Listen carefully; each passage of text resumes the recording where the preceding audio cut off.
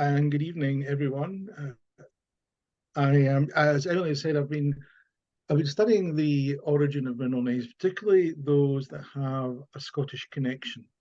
And obviously, working in the National Museum, I feel that minerals that have a Scottish connection often have another story to tell. So it's not just about the name; it's about the person or the place.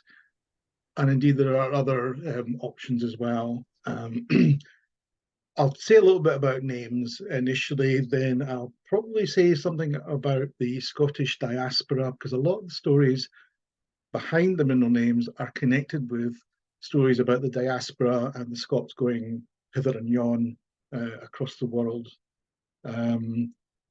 If you, well, it depends which source you go into, but some sources, indeed the Centre for Diaspora Studies, say that as many as 47 million people around the world have some kind of Scottish ancestry, let's just say.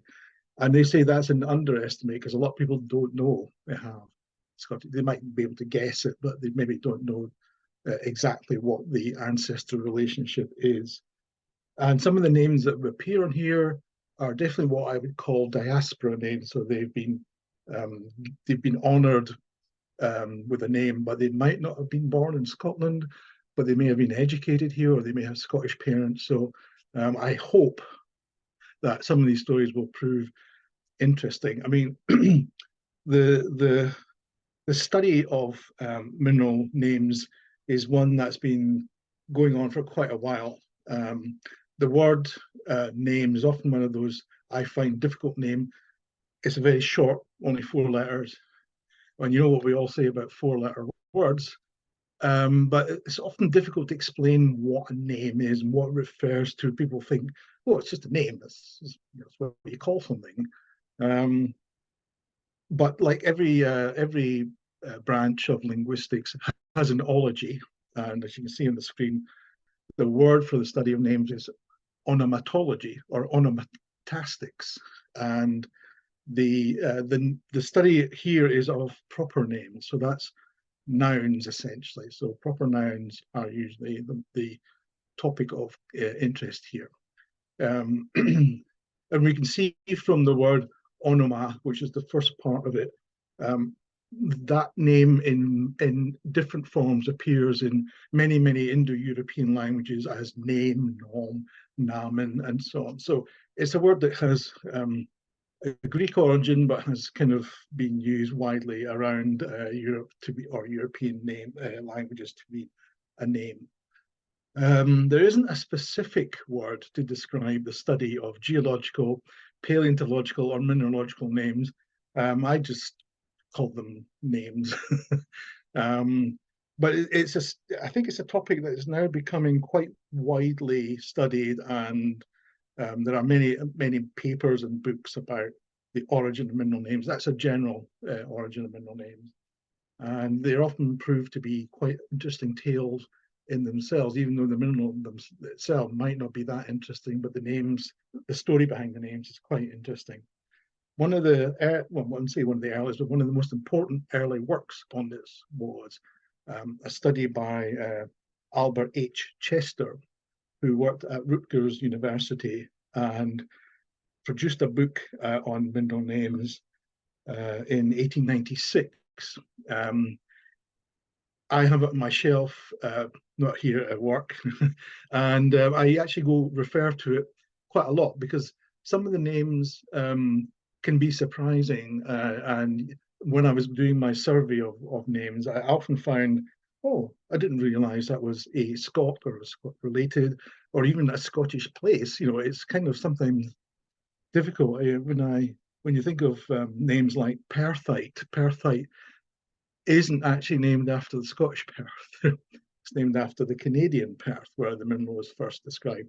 Anyway, the gentleman on the left is Albert Huntington Chester, who was a professor of Materia Medica at Rutgers University, which is in New Jersey.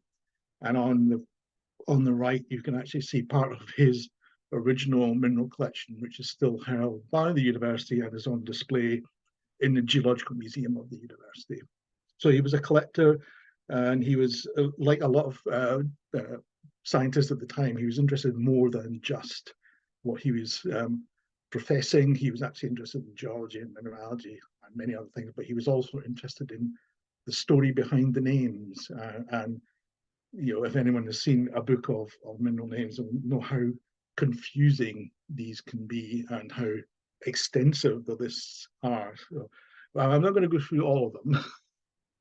I've only got 45 minutes, so this is going to be a very express tour. So what is a name? Well, what's in the name is the name of my talk, and it's also hopefully going to be the name of my book on Scottish mineral names. There are a number of ways to look at names. The recording of names dates right back to the ancient Greeks, and the Greek philosopher Theophrastus was generally recognized as writing the first surviving book on mineralogy, called Perlithion. He was a pupil of Aristotle, and his book was quite a small book, as you can imagine. Well, at least what survives is quite small. But it was very influential because later scientists like Pliny refer to Theophrastus's book quite a lot. So he was one of them, but he did give them names, and he also set them out in a kind of classification, very, very rough classification. So he grouped similar things together. And naturally, of course, not being able to separate rocks and minerals, they were all in one place. And he often talked about the properties of them, the colors of them, as a way of classifying them.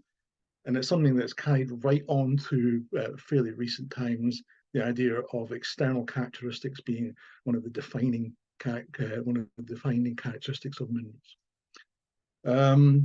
The mineralogy is now overseen by the International Mineralogical Association, and they have, as you can see on the screen, they've drawn up quite extensive guidelines for naming new minerals. So you can't just call them anything you want. There has to be a kind of a system in place which would try and eliminate the really sort of, I wouldn't call them silly names, but names that maybe aren't appropriate for minerals.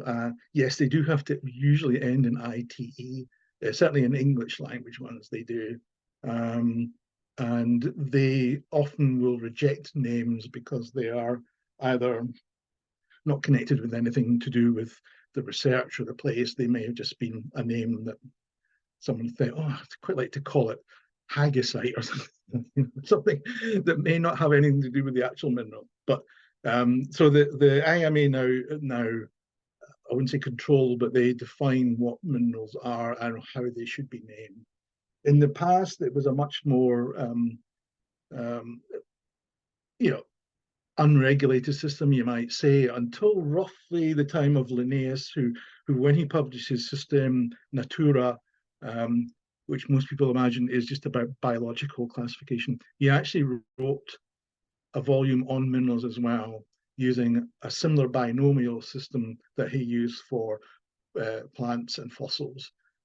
This system was often adapted by other mineral researchers into their own classification systems, but it generally fell out of use around about the late 1800s, when what we would probably call the common name began to be. So galena is now called galena, and it's not called plumbo, sulfurate, or lead, or something like that. Anyway, so names now have a fairly uniform approach to naming, and the sort of system that, although they are still in the literature, are often now not recognized. So in general, I would say, just get my notes in order, sorry. In my study, I've kind of found that minerals names fall into 4 distinct categories. It's not exclusively so, but you'll find that mineral is either named after the place where it's found, as the example here I give is strontianite, or the person who found it, or researched it. In this case, John Somervilleite, who presented his material to the museum in the 60s, from which we get John Somervilleite, or after another prominent scientist in the field. Now, I've given an example here of Loganite. Now, it was named after W.E. Logan, which is a definite Scottish kind of name, but he was born in Canada and educated in Edinburgh. And his real name is W.E. Logan. And there is a Loganite which was discredited, but now we've got a W.E. Loganite. He was the first director of the Canadian Geological Survey. And the final kind of category is like a kind of anagram of the chemical symbols that appear. So we have natrosylite.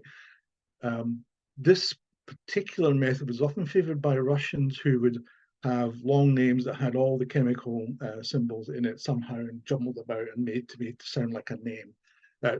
Generally less so now. I think most names are either after the place or a person.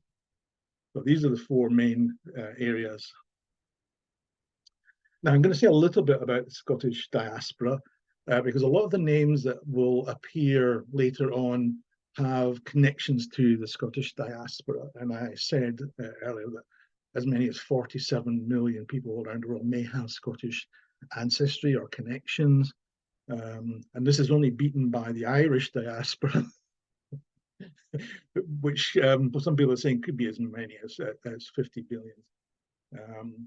This was taken from Professor Tom Devine's work on the diaspora. The figures given here are not the full, if you like, figures. I mean, it goes from around about 1841, but actually Scotland's people have been moving from some of the earliest times. In fact, somebody once said that Scotland's biggest export is not whiskey or rain, it's actually people. And this is probably very true, that we kind of get around a bit. Some of the examples are quite straightforward. They are related to the British Empire. So Canada, the US, Australia, New Zealand.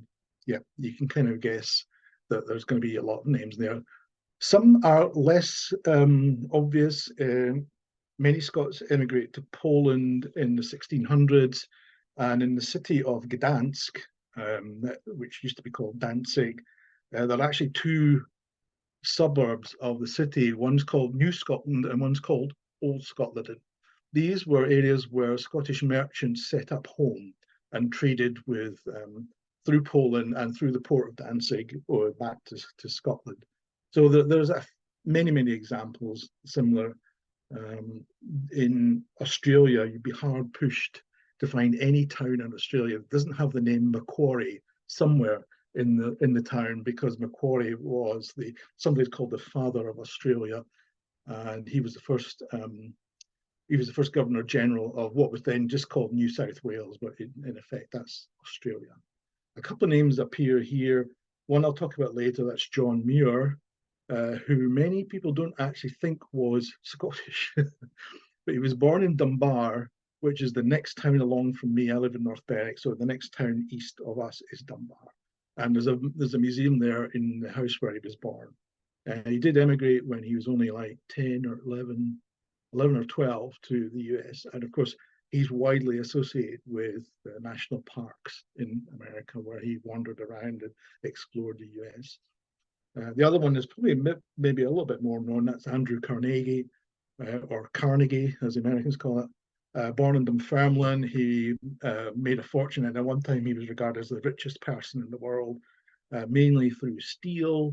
But he also did a lot of philanthropic work. There are many libraries in Scotland that are called the Carnegie Libraries, and these were part of his legacy to Scotland. But it's not just about people. When people emigrate, they often take the name of the place where they were from. And I did a quick survey. Around the world, there are 25 places called Aberdeen now. Why we need more than one Aberdeen, I don't know. And I apologize to anybody here who's from Aberdeen. But 25 around the world, that's going a long way. Most of them are in Canada and the United States, as you can imagine. But we still have the original. And Perth is another. I think I mentioned Perth earlier. There's obviously Perth, Western Australia, quite famous. There's also a Perth in Ontario. which is where perthite was first discovered. And strangely enough, Perth, Ontario is on the River Tay in Ontario. So, you know, they didn't get very far. So these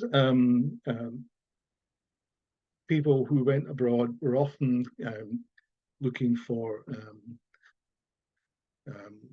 you know, I wouldn't say fame, but they were emigrating because either they were forced to by poverty, or sometimes during, like, say, the Highland clearances, they were forced off the land by landlords, and they were offered, offered passage to Canada and the US. Some went abroad voluntarily and served in armed forces or in armies around, and of course, many just simply went out as part of the empire building and became administrators and officers in the army and so on. In the survey that which I did, I found 125 mineral species that have a Scottish connection. You probably see on the screen, some of them are really a bit tenuous, I would say. They're kind of, you know, well, okay, no, maybe not. For 53 of them are still current fully accredited minerals. 72 have now been either discredited or were perhaps never fully accepted as a mineral.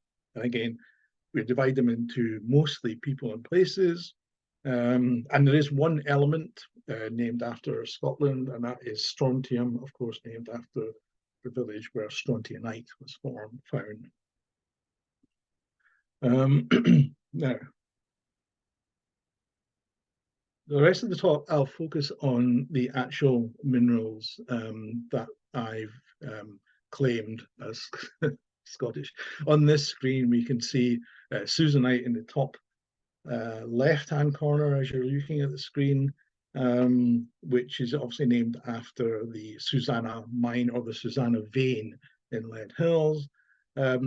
Interestingly, no one knows who Susanna was. That's one of the kind of little bits of mystery that I've been trying to find. Who was Susanna?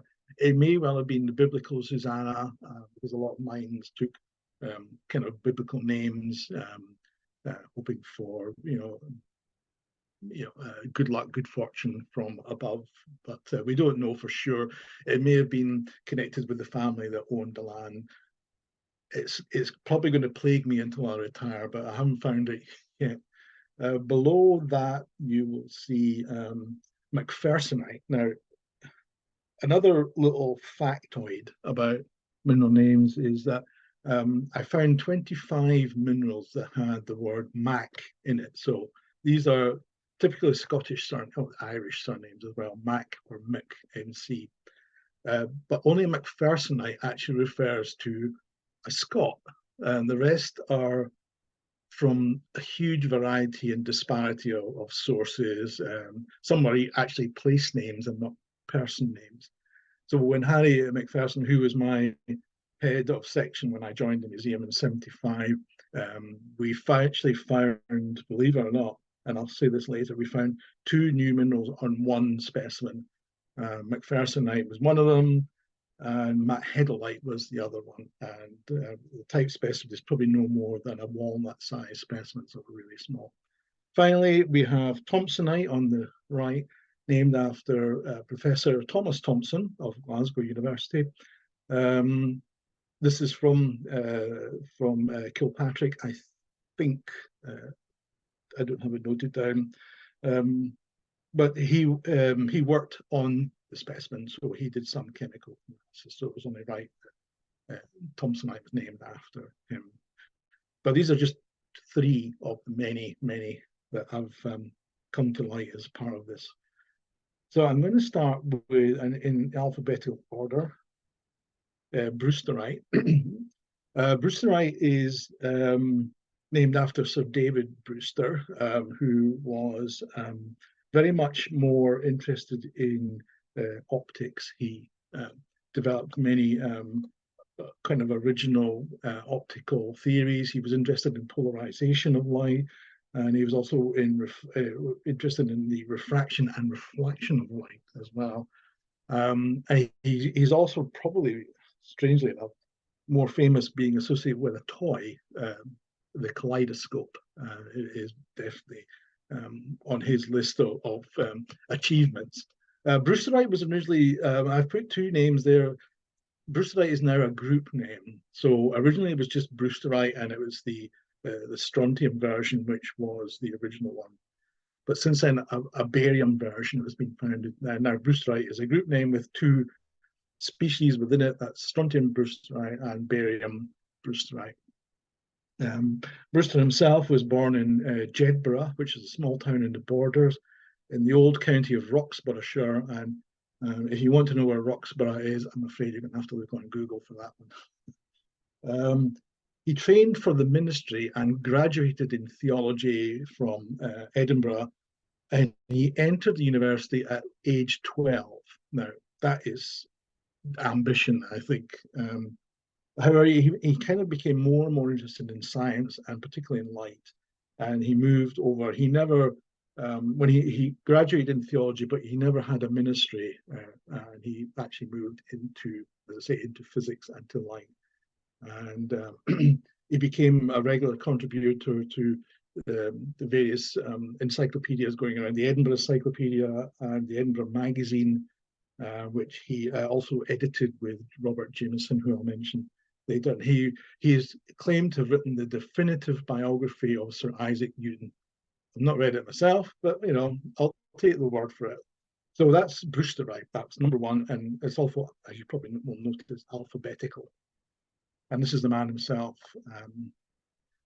He is looking particularly stern, but you know, people did in those days.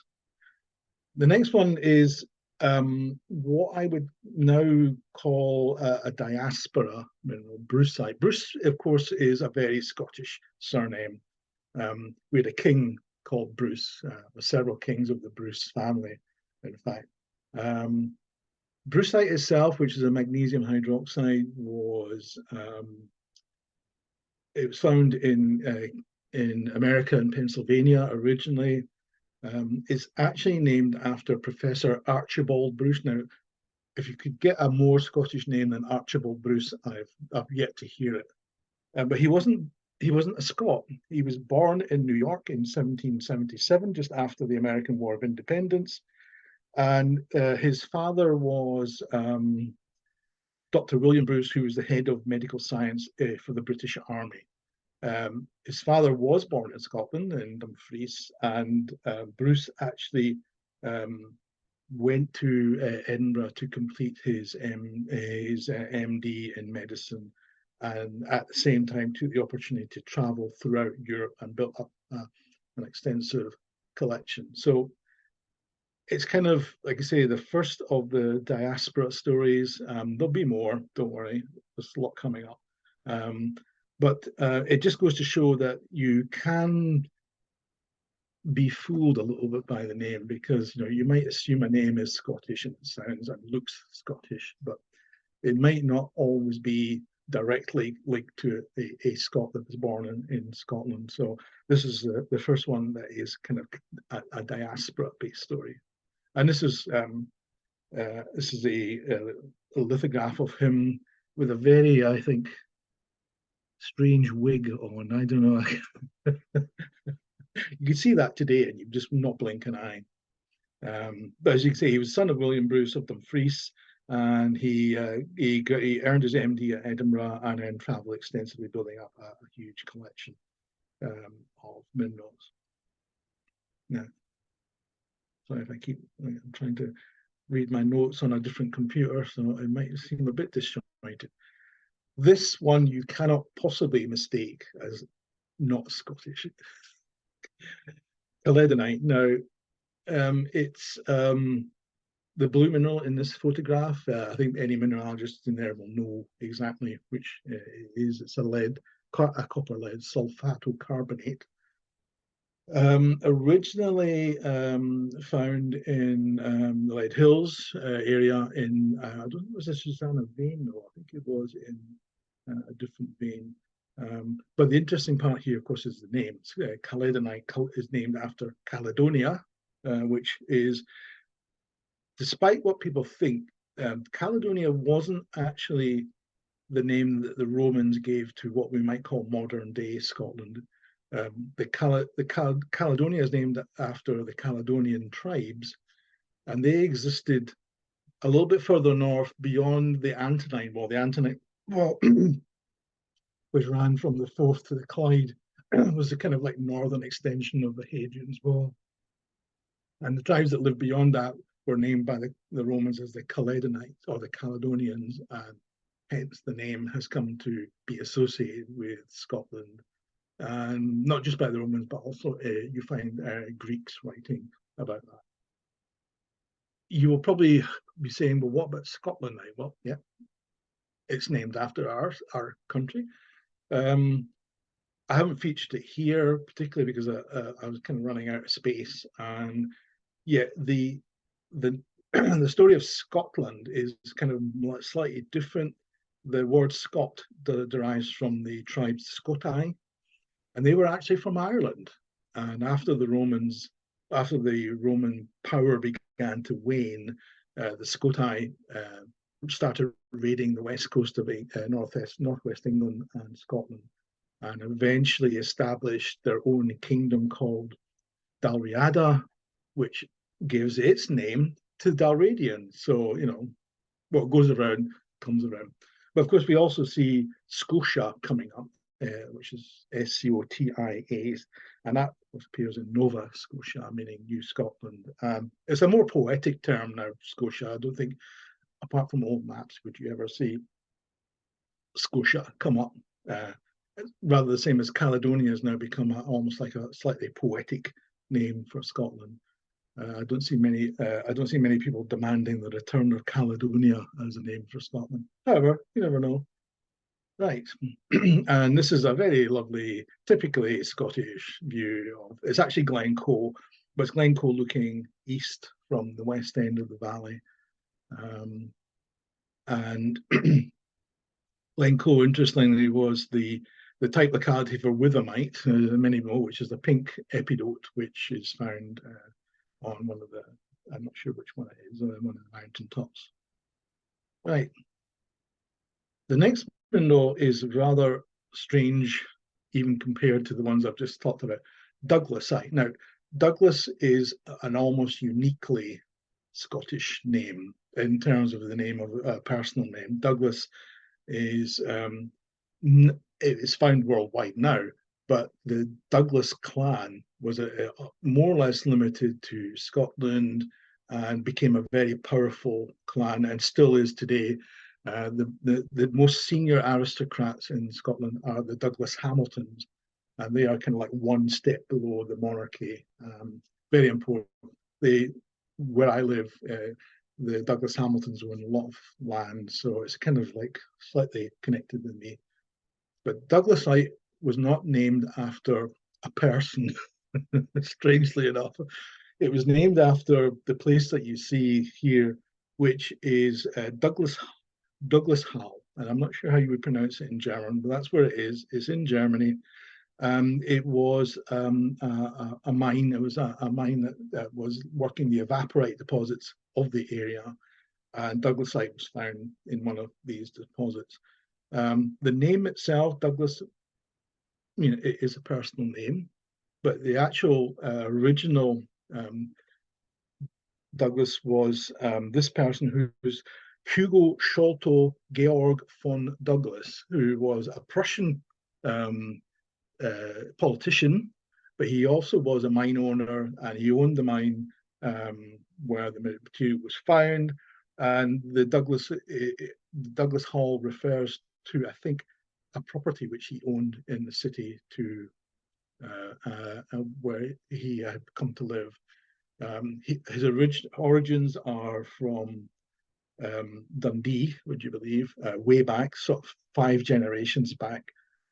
So in terms of diaspora, he's probably one of the more extreme samples of they came over his family came over as merchants and selling, and he eventually made his fortune and began mining these evaporite deposits in sort of south central Germany around Stassfurt, which is in Saxon-Anhalt, which is just slightly north of Saxony. So, but quite a well-known area for these.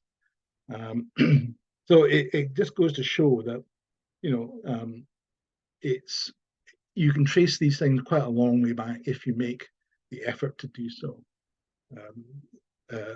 There's another one which I haven't featured here, Ramseyite. Ramseyite is not an accepted mineral term anymore, but it was named after Wilhelm Ramsay, who was actually a Finn who had fought for the Swedish king against whoever, the Russians and Poles in the 1600s, and was awarded land in Finland where he became a count.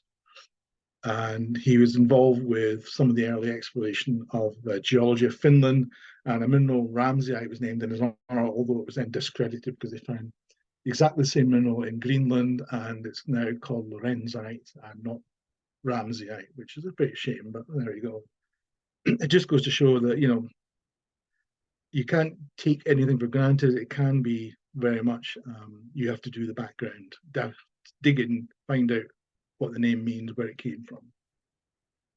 Right, another name which may be more familiar is Fergusonite. Now, Fergusonite, rather like Brewsterite beforehand, is now a group name for 6 individual species, all ending NbO4 with different elements in the front. This now generally accepted that Fergusonite is Y Fergusonite, the original mineral that was found.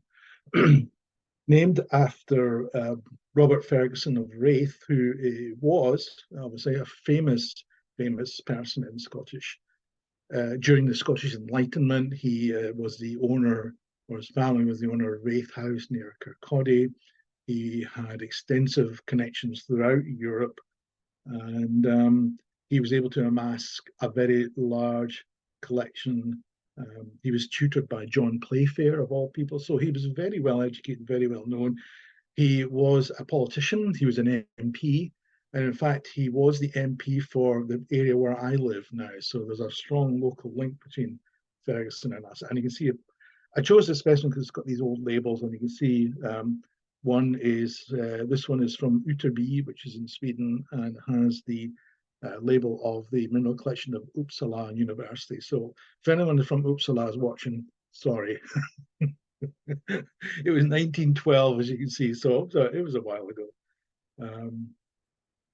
Bruceite, Fergusonite, the name was given by Heidinger from material that was found in the collection of Thomas Allen.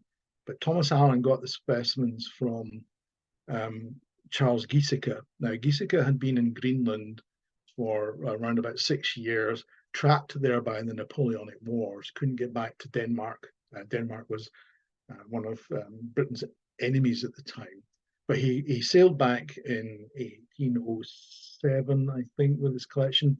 He was intercepted in the North Sea, and his ship was put into to Leith in Edinburgh, where his collection was taken off and sold off. And I'm thinking, well, you spend 7 years in the wilderness of Greenland, you collect all these great minerals, and you come home, and the Navy or officialdom comes in, takes them off you, and sells them wither and hand. A lot went to what is now the Natural History Museum. They probably have the bulk of his collection now. And Jameson, who was the professor at the time, didn't take them for whatever reason. We don't particularly know, but there may have been other reasons behind it. So Fergusonite is now generally a group name with 6 individual species, and Ferguson himself, he was responsible for financing de Bourmon's Traité de Minéralogie, which was an important early French language mineralogical tome. And yep, he was well kent, as we would say, and widely read, and certainly a very important person in that Enlightenment period in Scotland. And this is the man himself. He studied law but didn't practice law. He preferred to travel around Europe, making great connections with everyone, building up a huge collection. I've been to Wraith House, by the way. It's a beautiful house with an amazing location that sits above the River Forth, and you can see for miles in either direction. Where we actually had the collection briefly in the museum, where we rescued it. It had been damaged in a fire, and it was kind of taken away from us, if you like. But that's a different story for a different time. Maybe when I've had a couple of beers, I might relate the story to you. Greenockite. Now, this might be one that may fool people who are familiar with the geography of Scotland. It's not named after the town Greenock, which is on the Firth of Clyde in the west of Scotland. It's roughly 30 odd kilometres west of Glasgow on the south shore of the Clyde.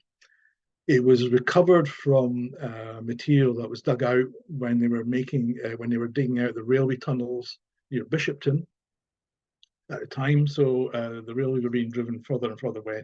Greenock was an important port at the time because Glasgow couldn't be accessed. The River Clyde was too shallow before they deepened it.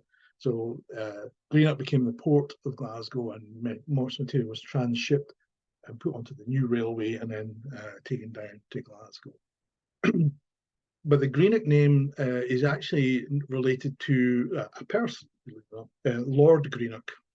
Now, Lord Greenock was the second Earl of Cathcart, and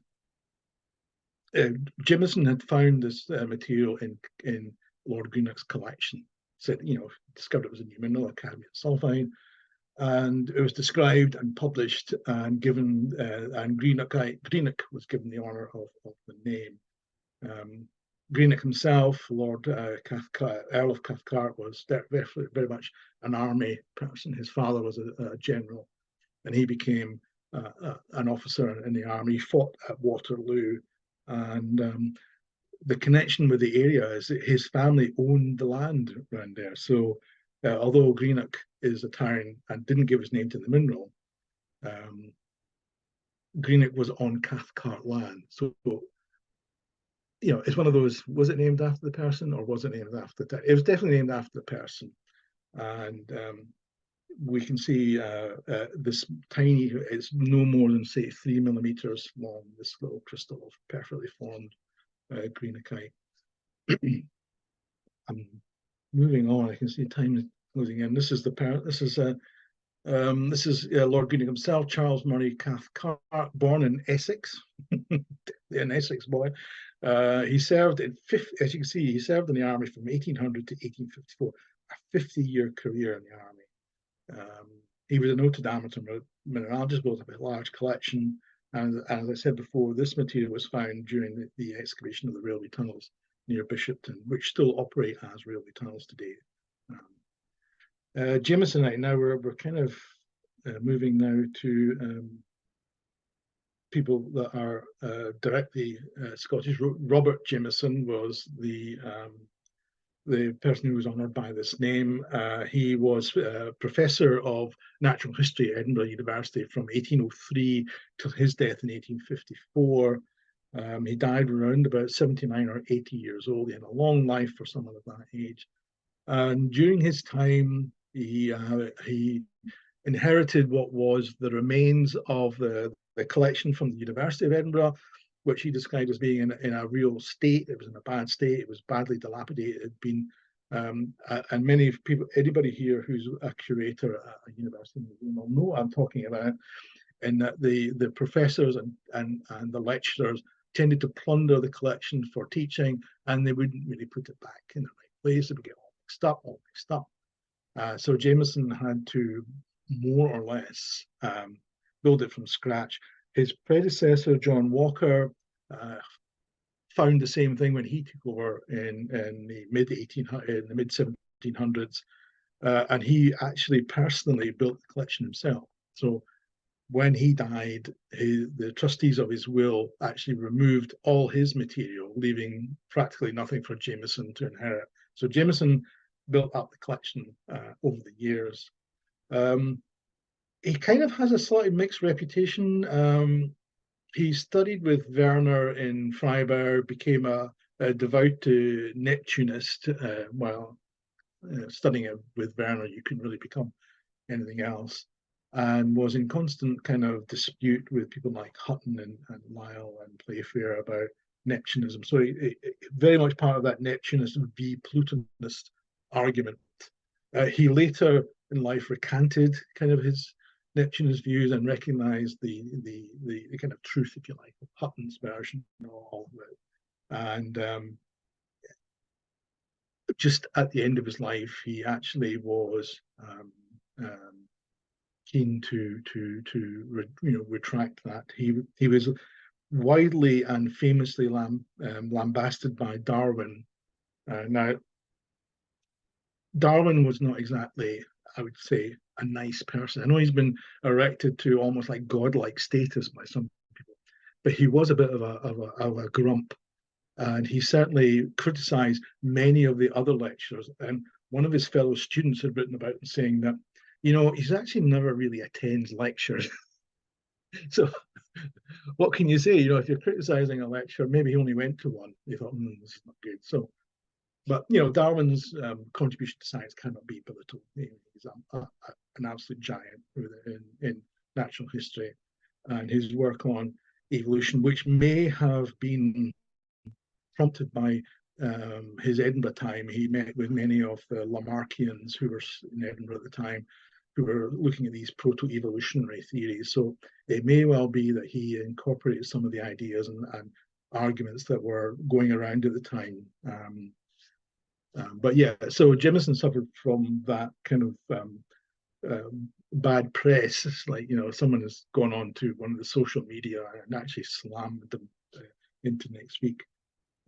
But to be fair, he was quite a visionary. It was his vision that, in a sense, set the National Museum on its course. And he was very much involved in looking for funding from the governments to house the collections in a better place. So they moved within Edinburgh to what is now the Talbot Rice Art Gallery, which is where the museum was, and then, of course, into the Chambers Street building, which is where it has been until relatively recently. So Jameson was very much part of the story of the National Museum, and it's his 250th birthday next year, and I'm just hoping that there will be some kind of celebratory event about that. An important person, regardless of whether you think he was wrong or right about his views. He was an important person and certainly taught many, many other geologists and mineralogists at the time. And this is him, born in Leith, which is now part of Edinburgh, which in those days was not, was a separate town. Travelled, as I said, to Freiburg, where he studied with Werner. And then when his return in 1803, he was appointed Regius Professor, and he was in post till 1854, which is quite a good innings, I would say. He was never married, and he lived quite a long life and was relatively healthy, I think, until right in the end, when he had kind of, I think, a rheumatoid disease, rheumatic anyway. Not finally. Next one is Ledhill Light. Now, Ledhill Light cannot be mistaken for anywhere else other than named after Ledhill. Ledhill's, as everybody probably knows, is one of the most important mineralogical areas in Scotland. It was, I have to plug one thing in, it's getting low. It was often described as God's treasure house in Scotland because it was so rich. And it currently is the location of 10 new or type specimens for Scotland, all kind of have a Scottish connection in the name. Ledhill being one of them, Caledonia, Lanarkite. Amongst several that are found there, Scotlandite, Chenite, and so on. These are all Ledhill's mineral. This is Ledhill. What a nice specimen from our collection. The Ledhills themselves are, along with Wanlock Head, the two highest villages in Britain. They're around about 400 meters above sea level. And if anyone has ever been there, will know even in the summer it's blooming cold out there. But the area of mining was actually quite small between the two villages. The veins crossed over from one side to the other, so they didn't have, veins don't respect county boundaries. So the both villages were made valuable contributions to mineralogy. The name Ledhill obviously comes from the lead mining activity, but it was never originally called Lead Hills. It didn't even exist up until lead mining began in serious lead mining began in the mid 1800s, and the village was set up obviously to house the miners and became known as Lead Hills. Generally, when they referred to the area, they referred to it as Crawford Muir, which is a kind of more general name for the area. And Crawford itself is a town which just lies a little bit to the north of Lead Hills and Manlock. The earliest mention of mining there was 1239, when a charter was issued to the monks of Newbattle Abbey to mine for gold there. Essentially, from that day to roughly the 1950s, mining was carried on there. There is tantalizing evidence that it was even earlier in the Iron Age that it was mined, but there's no hard and fast evidence of that actually happened. The Romans were in the area too, but we don't have any evidence that Romans were active in that area. But it has become a worldwide important locality for mineralogy.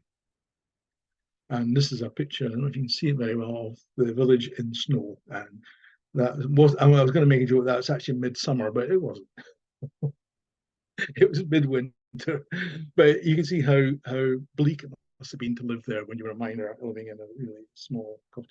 Unfortunately, I don't see the Lead Hills Library in this picture, but the Lead Hills Library, of course, was Britain's oldest subscription library, set up by the miners who paid an annual subscription and built up a book collection which they used and read, which is still there. Really important. Livingstonite. Now, Livingston is named after, I'm aware that I'm kind of running a bit late, but I might skip one or two. Yeah, Livingston named after David Livingstone, the explorer. Now, Dr. David Livingstone explored extensively in South and East Africa. We were lucky enough to have his collection of rocks and minerals in the museum, and we have this kind of connection with him. Interestingly, Livingstonite was named by a Mexican scientist whose name is on my list somewhere, and it was discovered in Mexico at Huitzuco. I hope I'm not pronouncing that badly. And that's the type locality for this. It's not actually found in Scotland, at least I think I'm fairly sure that it's never actually been found in Scotland. Maybe one locality has a hint of it, but it's not. So it was actually named after a Scot, a very famous Scot, buried in Westminster Abbey, but it's not actually found here in any great extent. But it was named by Bacena, who was a Mexican, as I say, in honor of the great humanitarian work that Livingstone had done in trying to combat slavery, which he had seen at first hand when he was in Africa. So, one of the most important Scots is honored in that name. And this is the person, again, looking rather grumpy, but, maybe it was the chair. Macaulay, well, I'm going to skip Macaulay. I can see it's now getting on to 10.2. So Macaulay, named after an institution rather than a person, although the institution was named after a person. Macaulay was a Canadian. His father was a Scot. He'd come over, made his fortune as president of Sun Life Insurance, and then donated much of his money back to Scotland to establish institutions to help improve farming, including the Macaulay Soil Research Institute, which is now part of the Hutton Foundation.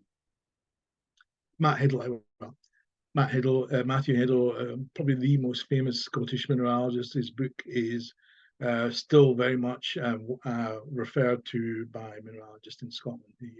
He travelled extensively over the country. He was professor of chemistry at St Andrews University, which is Emily's alma mater, and he was known to carry out a huge hammer around. So he must have knocked 7 bells out of Scotland when he was in the field. And he was a big, strong guy. So he probably probably carried them under his arms like that, you know, thinking, I get tired just going down to the shops with a bag of shopping. Anyway, so yeah, he was honoured relatively recently. The original, it was originally meant to be called Headlight, and it was worked on by my colleague at the time, Alec Livingston.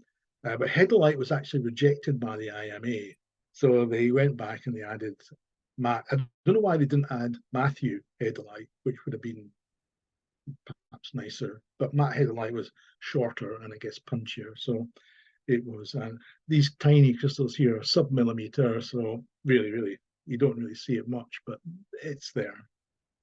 And that's the great man himself, born in Orkney, educated in Edinburgh, studied medicine, went into general practice briefly, and then made his way up through the ranks to become professor of chemistry at St Andrews. I think he was the second professor of chemistry at St Andrews.